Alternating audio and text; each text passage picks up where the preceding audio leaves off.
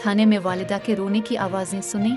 ईमान मज़ारी का बयान। पाकिस्तान तहरीक इंसाफ पीटीआई की सीनियर रहनुमा शीरी मज़ारी की साहिबजादी ईमान मज़ारी ने कहा है कि थाना सेक्रेटरीट में वालिदा के रोने की आवाज़ें सुने। एक बयान में ईमान मज़ारी ने कहा कि मैं अभी थाना सेक्रेटरीट गई जहां वालिदा के रोने की आवाज़ें सुने। उन्होंने इल्ज़ाम लगाया कि थाना सेक्रेटरीट के मर्द एहलकारों ने मुझे मारा और फर्श पर घसीटा है।